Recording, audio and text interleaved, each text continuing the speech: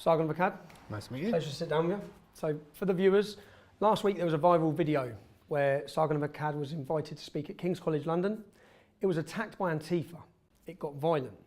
On the same day there was 3 other events attacked in universities. There's an attack going on free speech at universities and people's opinions. I'm here, I want to talk to you about it, hear more about it. But first of all, I want to speak to viewers that may not know who you are. There was a moment that created Tommy Robinson. What was the moment that created Sargon of Akkad? It's not really very dramatic Right. or very glorious. Basically, I've always been an English liberal. I've always been very concerned with our own political traditions and the history that goes right the way back to the Magna Carta, where the barons forced King John to sign the document that would protect their property from arbitrary seizures from the crown. And this system of political theory has developed for 800 years to the point where we have a very strong, very secure civic nationalist democracy. And this has been a remarkably stable system. It's been responsive to change from just any kind of quarter over hundreds of years. We haven't had a civil war since Charles I. So I think this is demonstrably the best system. And I think that it's important to maintain the integrity of the system. And the key focus of the integrity of the system is the equality of citizens. They all have to have the same rights, the same responsibilities and the same duties. And when I see, for me it was the far left, privileging certain types of people based on arbitrary characteristics. For example, they were female, they were non-white, they were maybe not disabled because that's different, but they were, like gay or whatever arbitrary characteristic. And then starting to promote these people based on those characteristics, to me that seems deeply illiberal and unfair. And so that's how I found myself originally speaking out about this, because I was a white man and I was being told I couldn't do things because I was a white man. I mean, I'm not a particularly ambitious person, but I just in principle I was like, no, that's unacceptable. And that's how I got started commentating on all of this. When was that? How long have you been doing it? 4 years ago now. 4 years ago. Oh, well, no, if I know, this would be the 5th year. So up until that point, what was you doing before that? Oh, I was just working in office jobs. So your life's completely changed? Yeah, totally different, yeah. But I mean, I don't regret a moment of it. I'm glad that I actually thought, right, okay. Yeah, I mean, especially when I started doing this, I was most concerned about feminism because it was intruding in the hobbies that I like to enjoy. And I mean, it's, it might not seem like the greatest problem in the world, but anything that's attacking the structural integrity of the... Like what? Like what hobbies? Well, literally, like, for example, affirmative action. I can't stand the idea of affirmative action, which is going to hire people based on their gender or their race. That's awful, because people don't seem to understand. As soon as you say, right, I'm only going to pick certain people based on these arbitrary characteristics, then you aren't necessarily discriminating against other people on the same basis. Which we see the BBC doing regularly now. Absolutely. At the moment, you can go to the BBC's website and actually find positions for, and it's not even, I mean, if it was like in a historical documentary or something, I can understand we need a black person for a documentary set in Africa. Okay, totally understand. But when it's a research assistant behind the scenes and they literally say, this is not open to white British, I'm sorry, that's too far. And that's my license paying money that's subsidizing discrimination against me on the basis of my race. No, it's too far. I can't accept that. And because I remember when I first done my interview, yeah. How long ago was that? Probably 2 years? About 2 years now. 2 years ago. And I remember... That was a dangerous interview for me to do. It was, and I respect you completely for doing it, because you took a risk. Yeah. You took a risk. In fact, that interview might be part of the reason why you get attacked by Antifa. Possibly, yeah. Possibly. They don't bring it up though. Don't they? No. Yeah, and I remember when I spoke to you, the first time I spoke to you, and I remember asking you, so what do you do then? What do you do for a job? He said, I do this. Yeah. And for me, I was like, what do you mean you do this? I said, but what do you do for a job? And he said, I do this. This is my job. Yeah. Which I found fascinating, because I never looked into all the YouTubing and the speaking and all the different events like that. But yeah, I was fascinated by it. It's a wonderful job. And I mean, I personally always felt very constrained working in offices. I don't really like having a boss. I like being my own boss, and I like, because you don't know what you're going to be able to do tomorrow. And so there's something about it that really pushes me forward. Maybe one day I'll end up back in an office, but I hope not. I don't think you will. Yeah, I hope not. Talk to us about what happened at King's College London. Was you surprised by what happened? The reason for me is that we've always seen attacks on people. Like, I've had 6 or 7 events cancelled at universities. They bracket me and target me as far right, which I'm not, but that's what they do, and that's how they manage to whip people up to attack me. Yeah. You're a liberal. Yes. Jordan Peterson is the people who are now, what's shocking for me is the guys and the bracket of people that are now coming under attack to silence has shifted so far. Yeah. Why would Antifa want to be silencing you? What do you think? Well, there's a lot of potential answers to that question. I mean, Because I saw them shouting fascist. Yeah, absolutely. Yeah, I mean, yeah, it's not just insulting; it's just politically illiterate to call liberals fascists.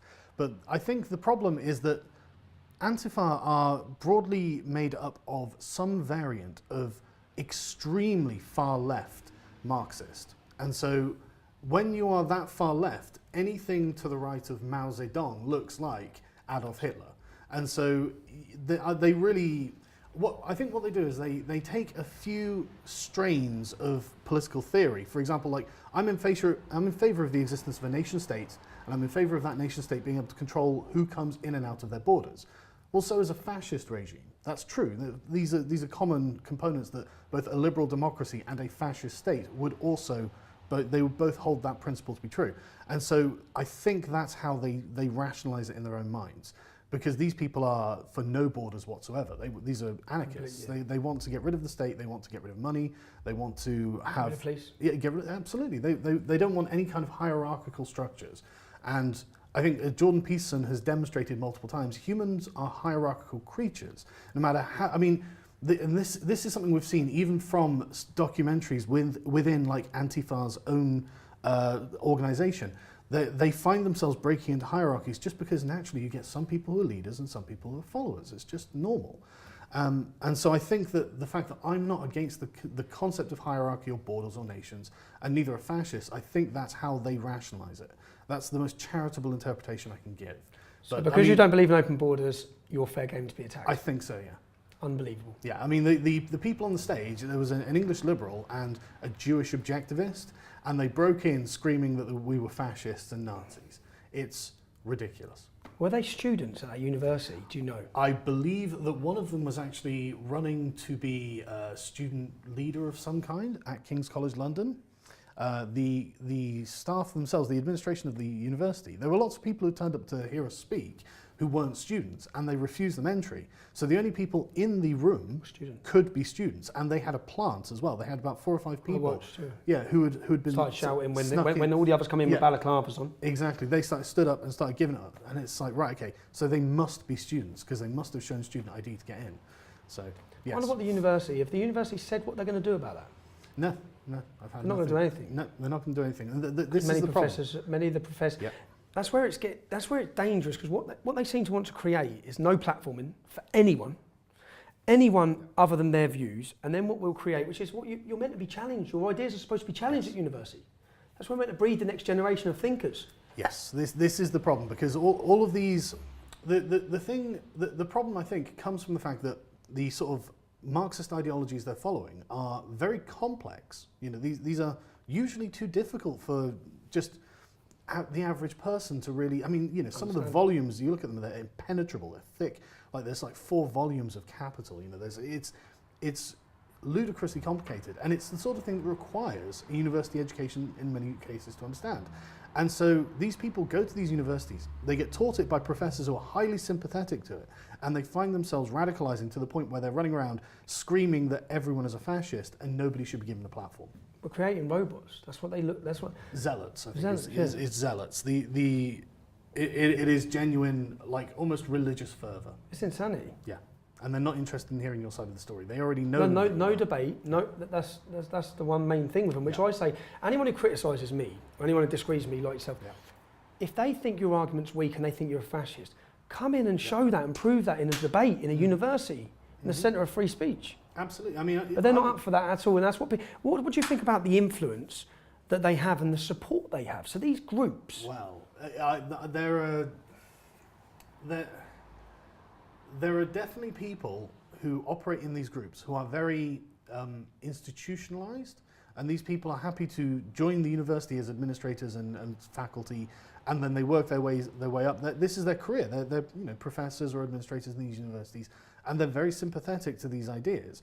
And I mean, I don't want to use the term infiltration or subversion, but it's looking very much like it could be considered to be an ideological infiltration of universities, and they are The whole education, the entire education system. It's incredibly Schools, left-wing, incredibly.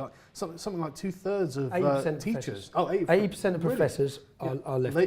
And not just left-wing, but like Corbyn supporters, and don't get me started on Corbyn. So, yeah, it's deeply disturbing to me. So let's look. So their intention was to silence you, no platform you, and stop people hearing from you. Mm-hmm. Did that work? What reaction have you had since that speech? Well, I mean, it was rather well covered in the papers, apart from the term alt-right. Let me get this. Which, now you bring that up. Since we're on the subject. Since we're on the subject, this is in a national newspaper, Yeah. because I want to get onto this about your politics. We absolutely can. It says the event was evacuated, an alt-right mouthpiece. I know.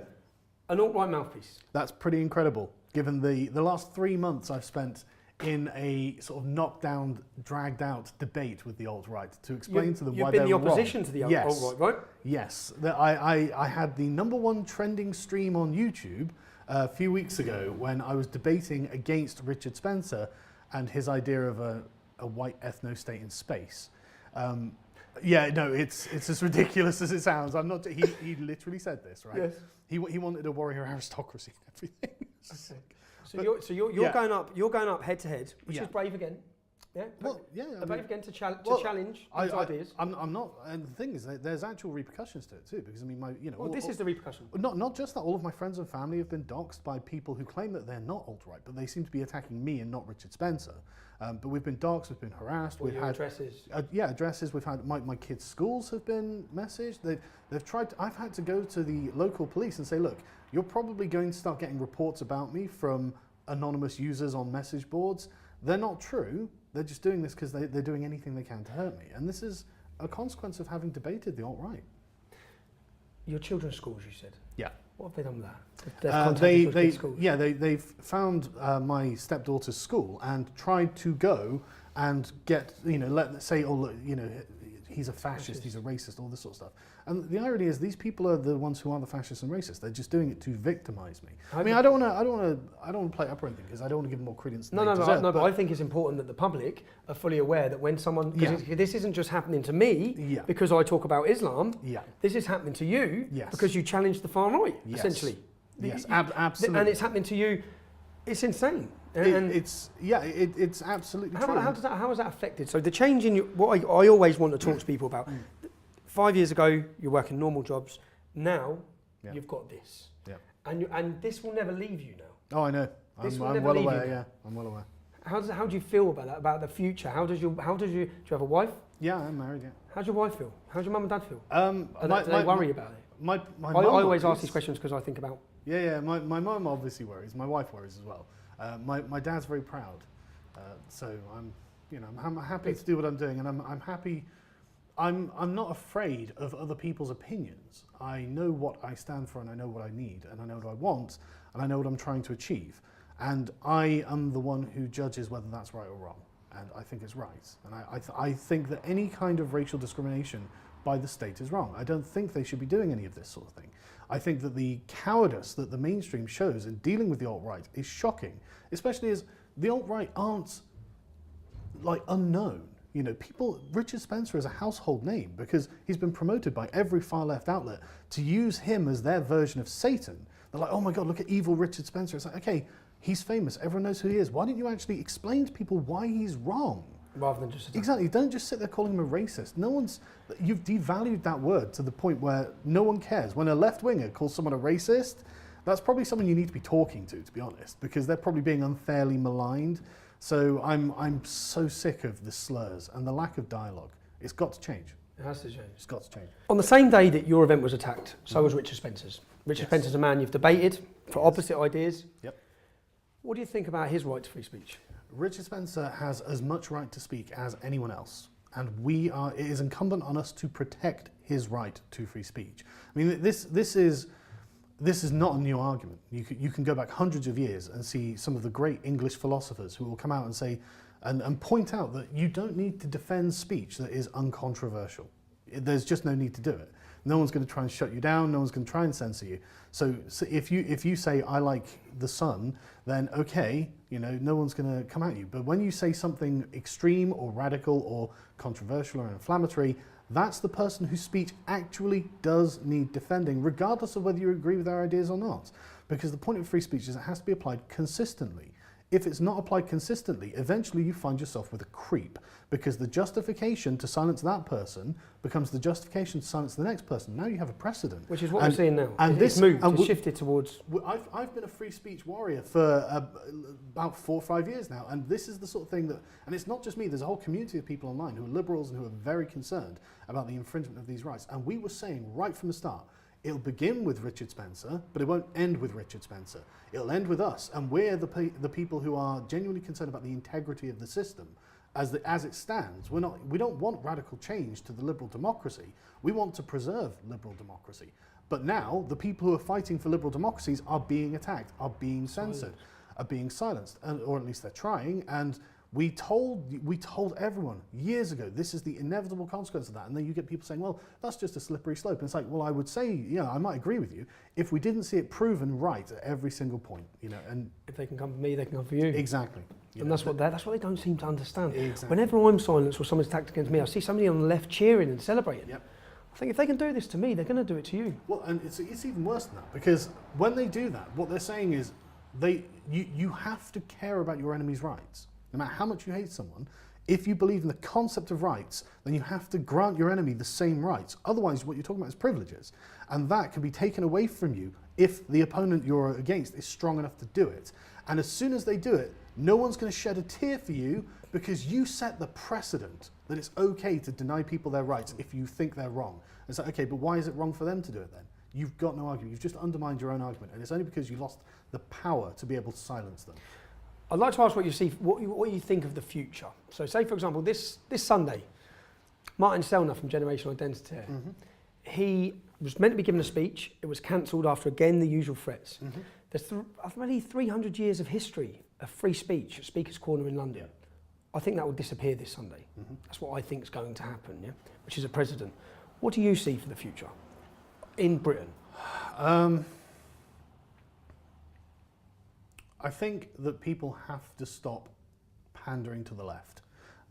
We have to realise that just because someone claims to have a moral high ground and that they claim that they are fighting for other people, that doesn't mean that they're telling the truth.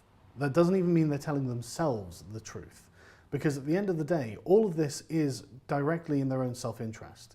They want to preserve their ability to speak on university campuses or in Speaker's Corner or wherever at the expense of other people's. This isn't a fair game. This isn't them being moral or altruistic. This is them acting in their own self-interest and using this, at least, facade of altruism as a club to beat other people. I mean, there will be no victims when Martin gives his speech at Speaker's Corner. No one's going to be a victim of that. He has the right to speak. He's not hurting anyone. But he will be the victim of them if they shut him down. And so it's just incumbent on us to realise that if it doesn't matter where someone is coming from on the political spectrum when they say, I want to infringe on that person's rights, it's the infringing on the rights that's the problem. You don't have the right to do it. You don't have a justification to do it. And it has to be resisted. And if someone says they want to do it, then they are the, I guess, bad person. I don't want to use the term fascist because it's something that's just thrown around too much. But they are the oppressive force in this conversation, in the political equation. It's not that they're fighting for freedom, they're not fighting for the rights of others. What they're fighting for is their own political position over someone else's. And they can justify it in any which way they want, but the point of a liberal democracy is to protect the rights of each citizen, and that's what we must adhere to. As we sit here speaking, I believe Martin Hellner's being held by British Customs right now at an airport. So whether he even gets in, time will tell. We've seen similar things happen to Pamela Geller and Robert Spencer. Yep. So do you believe the government as well are part of this problem? Are they aiding and abetting? Are they? Yeah, well, I mean, absolutely.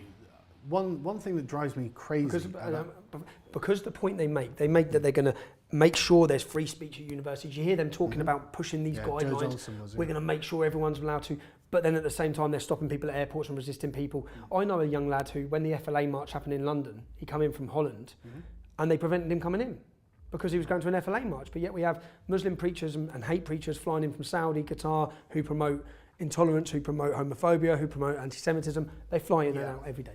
Yeah, my problem isn't actually with the idea of a state preventing anyone that it likes from entering its borders. I think the state does have the right to do that, and I think that the elected government has the right to do that as and when they want. But the problem I have is the inconsistency of it.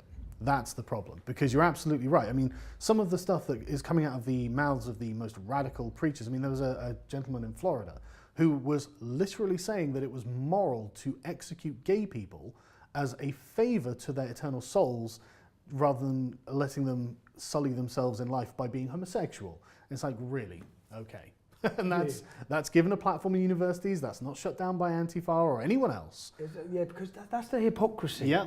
If I explain that, so I was invited to talk at York University, okay? And there was a big hoo-ha and a big kick-off about it. And when I went through, and I was prevented from speaking there, when I went through previous speakers to look who spoke there, we've seen Mozambique, who was in Guantanamo Bay.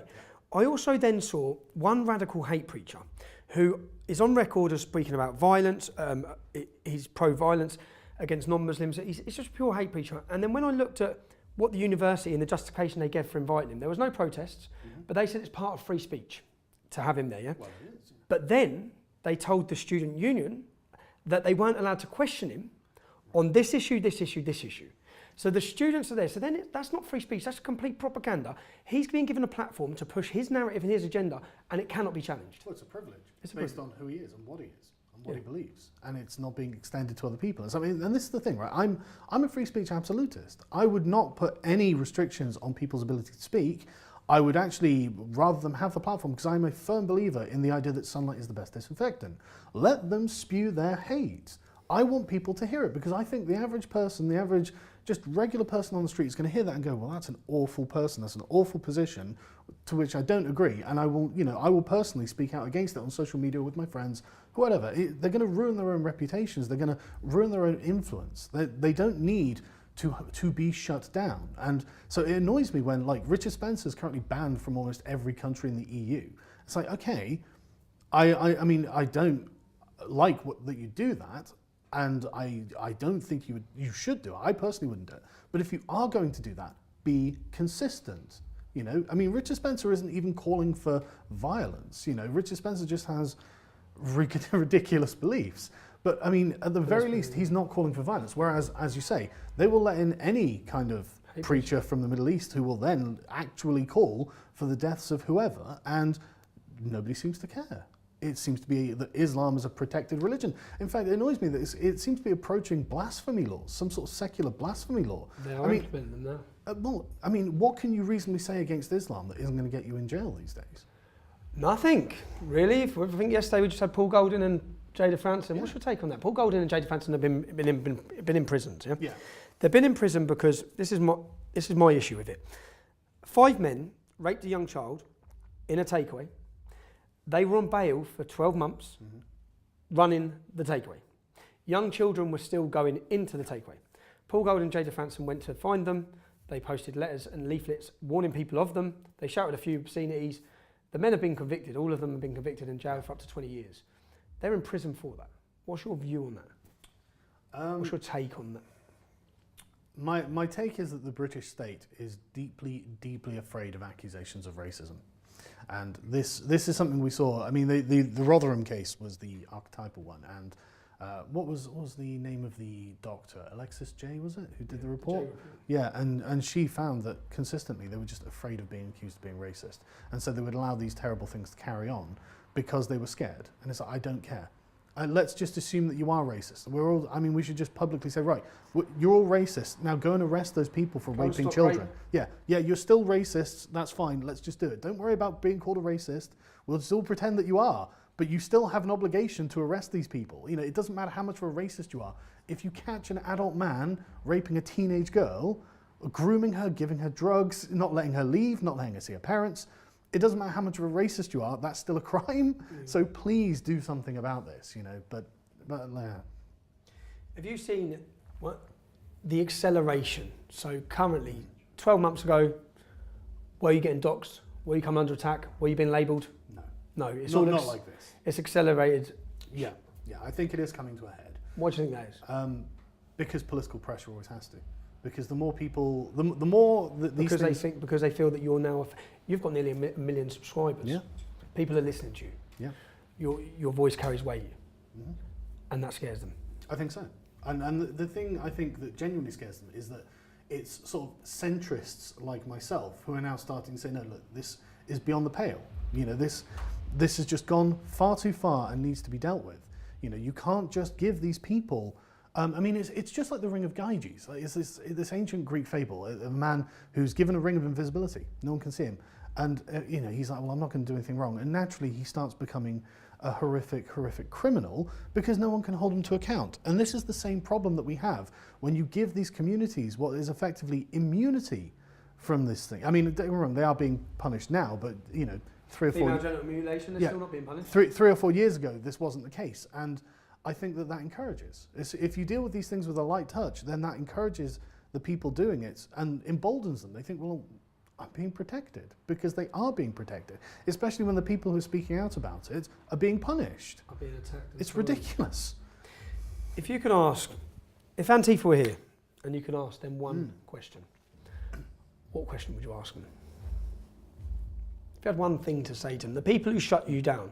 I ask you this because tomorrow, shall I say this in this?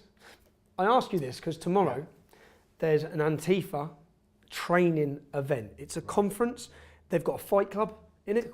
This is the first of their kind. So the far left in the UK are having a mass event where they're going to hold seminars, talks, speeches, and train to fight and battle on the street. So I'm going to go to this event tomorrow, and I want to speak to them. So if you had one question you could relay to them, I'll relay it to you. I don't know how long my mouth will stay open. I don't know how much of a chance I'll get, but I'm going to try to. What would that question be? Okay. If this event that they're doing was in fact a right-wing event where they had fight clubs and all this sort of thing, do they think that the authorities would shut them down? Great question, because we know they would. Exactly. Why are they giving the far left, the hard left, a light touch? The people who are violent. Oh, they are violent. Yeah, there's no doubt about it. I mean, we've seen it so many times. They're the ones who instigate violence for the revolutionary ideology that they pursue. They're setting up fight clubs. They regularly, you know, I mean, how many examples do we need before we say, right, okay, this is a characteristic of the hard left? So, but why aren't they being shut down? Whereas if this was a right-wing event, if this was Jada Franson and her crew doing fight clubs, well, even if they were just doing a talk, they get shut down. Well, yeah, but if they had anything like this, yeah, it would be squashed. And so, how scared are you of the prospect of Jeremy Corbyn leading this country? Oh my God, I'm absolutely terrified of the idea of Corbyn leading this country. Why? I mean, okay, because he is a genuine socialist. He's not a social democrat. He's not a social liberal. He is a democratic socialist, and that puts him in league with the sort of people who are running Venezuela at the moment. I mean, there is such a history of connection between Jeremy Corbyn and Maduro and Chavez. It's terrifying.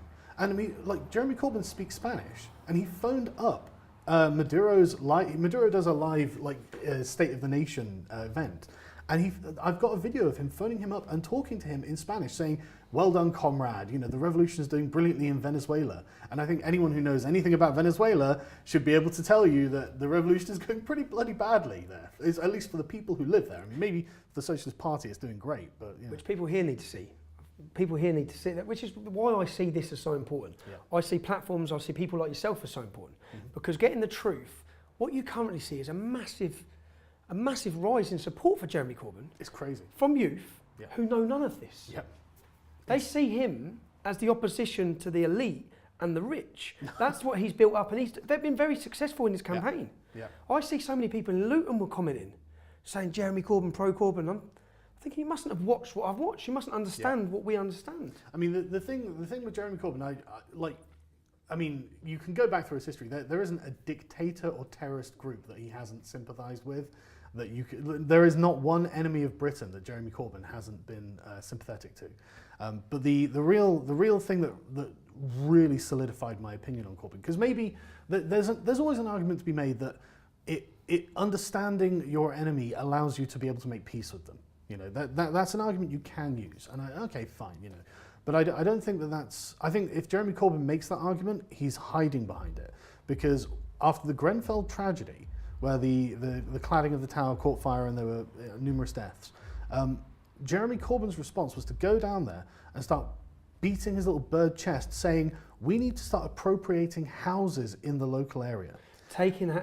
Now that is 100% socialism, because the very core of liberalism as developed in England is that the purpose of the government is to protect private property. It's your right to own private property, and it's the government's job to make sure that nobody else violates that right by keeping your property intact, by using the police to protect you and your property in yourself from any kind of outside unjust depredations. Jeremy Corbyn saying we need to seize houses. No, that's Jeremy socialism. Corbyn wants to take rich people's homes and take them, even if they're paid for them and worked all their life for them. Exactly. He wants to seize their properties and give them to immigrants, poorer people, whether they be immigrants or. I don't even care who gives them to. I don't care. The fact he wants to take. The fact that he's the next government that could lead this country. Yep. Could be seizing and taking people's property and they've worked all their life. And that's terrifying. That is the core of socialism, because socialism, the communists, all of the Marxists want to abolish privately owned property. They don't want you to be able to have something. They want, well, essentially the state to own everything, leading to eventually everything being completely communally owned.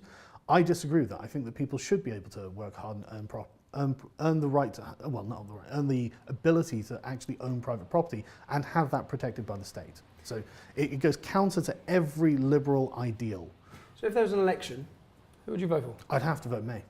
You'd vote for Theresa May? I had to vote for May. Well, you Which vote is, for the... so there's a Liberal voting for Theresa May. I don't, but the thing is, right, okay, so in this country, we don't vote for the Prime Minister. You vote for a local MP, and they end up making a majority party in Parliament, theoretically. So I actually had to vote for, I think it was Justin Tomlinson, who's the MP for North Swindon. I've had I have had email arguments with him before, because the workfare scheme, do you remember that a few years back, in 2011? Basically what they were doing is they wanted to make it so that people on benefits had to then get a job that's paid for by the government rather than the employer. And I argued with Justin Tomlinson saying, listen, this is not only immoral, I mean, the benefits are a right. You don't have to do anything for these. You get these because you're a British citizen, because you're a tax-paying citizen, you pay into the system, and if you become employed, you have the right to have these benefits. That's the agreement. But not only that, you're going to encounter situations where someone is fired from a job, can't find another job, needs to claim benefit money, and they say, right, we're going to send you to find work. Looking at your CV, we're going to send you to work in whatever, a warehouse or something, and you find yourself back in the job that you were working, but you're not being paid by the company, you're being paid by the government now. You're being paid a sliver of what you're being paid. And this actually happened. I sent him the article of a chap, he was up north where this was happening. I was just like... What was his response to that? He was, I just don't think this will happen. I just don't think this is a problem. And it was just Conservative Party line, and I was like, right, okay. The reason why when I first spoke to Dave Rubin, I see myself, I've become, from a working class background, when I heard the word liberal, I grew up angered by them. Really? Because I felt what had become represented as liberal. Yeah? Because liberal to me was the far left who are apologising and defending for all the problems that I've seen my whole life in my town. And then I spoke to Dave Rubin, and then he explained he's a liberal. And I thought, well, I agree with what you were saying, which is why I find you so encouraging, because you would be taking back what it is to be represented as a liberal from the apologists and the facilitators and the Marxists and the communists, and because they've taken the barrier as liberal. Yep.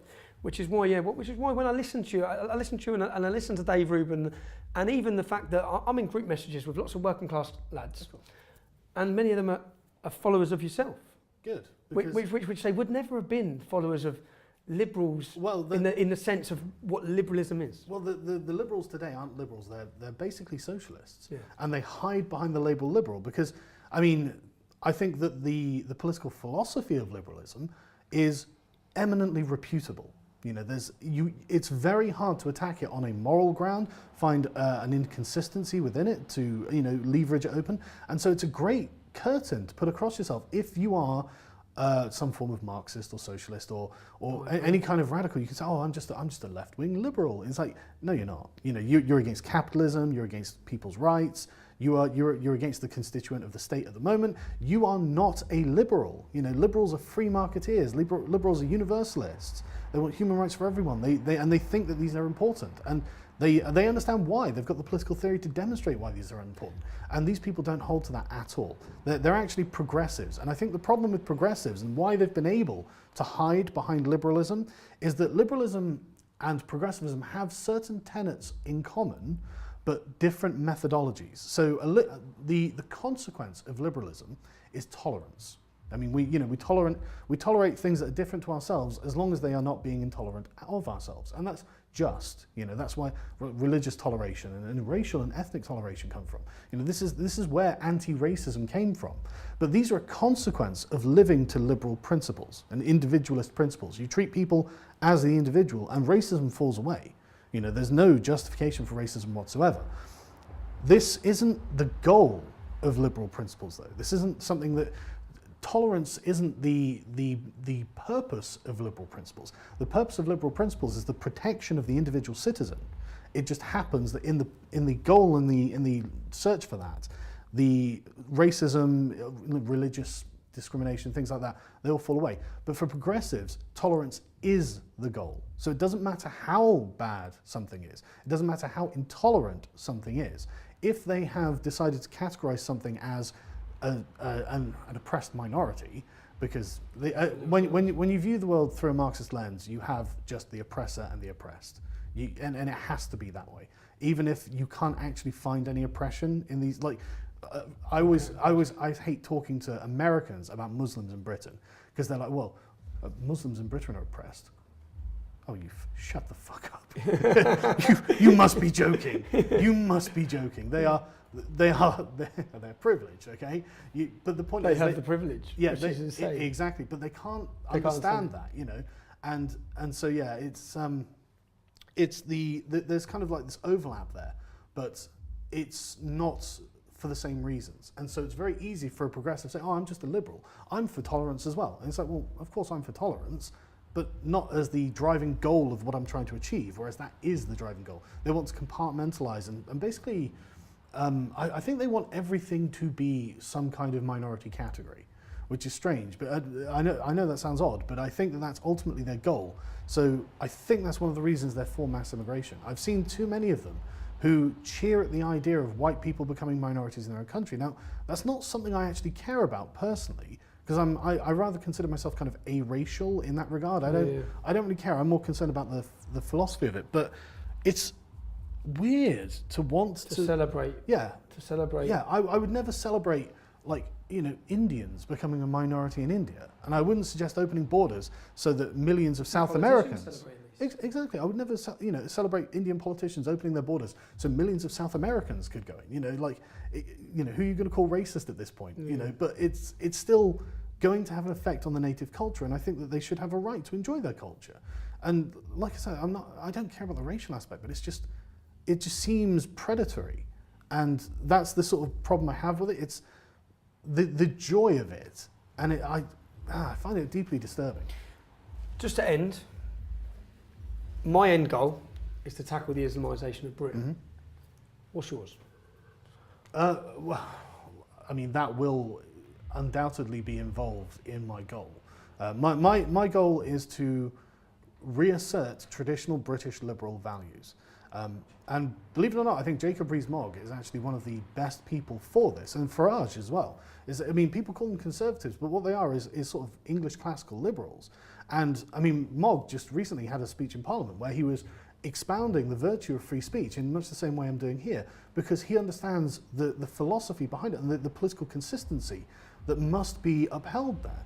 And honestly, unfortunately, Islam is not in agreement with these. Islam is an illiberal political ideology. I mean, it's not just a religion, there is a political ideology wrapped up in there as well, and it is... Do you understand how Islamophobic that is? Oh, I am... Do you know what... No, that's absolutely true, but you know what cracks me up? Is that a phobia is an irrational fear. You didn't reason yourself into it, so you can't be expected to be held accountable for it. I'm arachnophobic. Oh, you're just such a bigot against spiders. Yes. Yeah. I guess I can't help it. I hate the term phobia when it's used politically. But yeah, Islam is a totally illiberal philosophy. I mean, it is the oppressive, patriarchal, theocratic terror that the left should be worried about, but instead they're worried about white men who happen to want to protect their rights and not make them wear coverings and not make them second-class citizens, which is what Islam does to women. And I'm completely against it. I could never, ever support any philosophy or ideology that suggested that women should have less rights than men. If they work, if they're voting citizens, they should have exactly the same rights. It's been fascinating, Joe. Been a pleasure. Been a pleasure. Thank you.